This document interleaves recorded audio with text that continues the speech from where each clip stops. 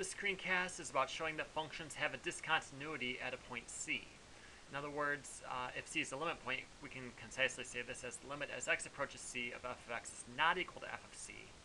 And the main tool for using this is we're going to find a sequence that goes to c, but f of that sequence does not go to f of c. And we like this because sequences are countable. And we'd much rather work with a countable number of things rather than over here we basically have to work with an uncountable number of things, since there are an uncountable number of things that are close to c. So this tool allows us to just look at a countable number of things. I'm going to give you 3 examples. So the first example is I'm going to show f of x equals x plus 1 if x is not equal to 3. So I can draw a graph of that. Except if x equals 3, we have something weird going on. We have that the function actually is down there. So what we need is we need to find an x sub n, a sequence that goes to 3. But what we need is we need an f of x sub n that does not go, well, to f of 3. But f of 3 is equal to 0. So it can't go to 0. And my example is going to be, I'm going to let x sub n equal, how about 3 minus 1 over n. And as n goes to infinity, that's going to go to 0. And you can see that this goes to 3. Or this is going to go to 3.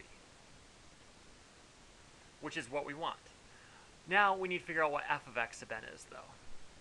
F of x sub n is going to be equal to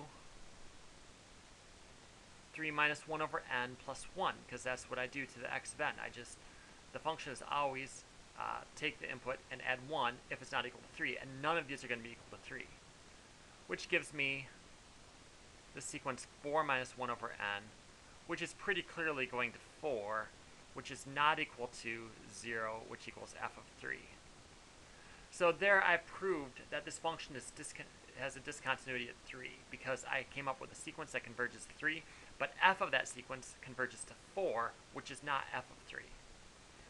Alright, a second example is h of x equals 0 if x is negative,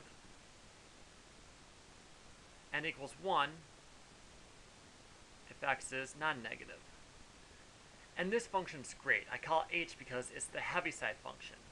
And if you look at it, it looks like one side is heavier than the other. That one's way down there in this light. But that's not why it's named. The guy who invented this function, who first came up with the use for it in electrical circuits, was named Olivier Heaviside. His last name was Heaviside. He was born to create this function. So anyway, what we need is we need an x sub n that goes to 0, because 0 is where the discontinuity is. But we need f of x sub n to not go to 1, since that's equal to h of 0. And by the way, I made a slight mistake. This should be an h of x sub n. So let me give you a non-example first. So I'm going to come up with a sequence that doesn't disprove it, but I'm not going to care, because after that I'm going to find an example that does. So a non-example is I'm going to let x sub n equal negative 1 over, wait, how do I want to do this? I want equal positive 1 over n, which goes to 0, which is what I need. Then f of of x sub n then equals h of 1 over n. But h of 1 over n, 1 over n is positive, so that equals 1, goes to 1, but that equals h of 0. So that's no good. So our better example is going to be x sub n equal negative 1 over n, which goes to 0. And then our sequence h of x sub n is going to equal h of negative 1 over n. These are all negative, so these all are 0, which goes to 0, which is not equal to h of 0, which of course is 1. So those are 2 examples. I'm going to save this third example for another screencast. So stay tuned.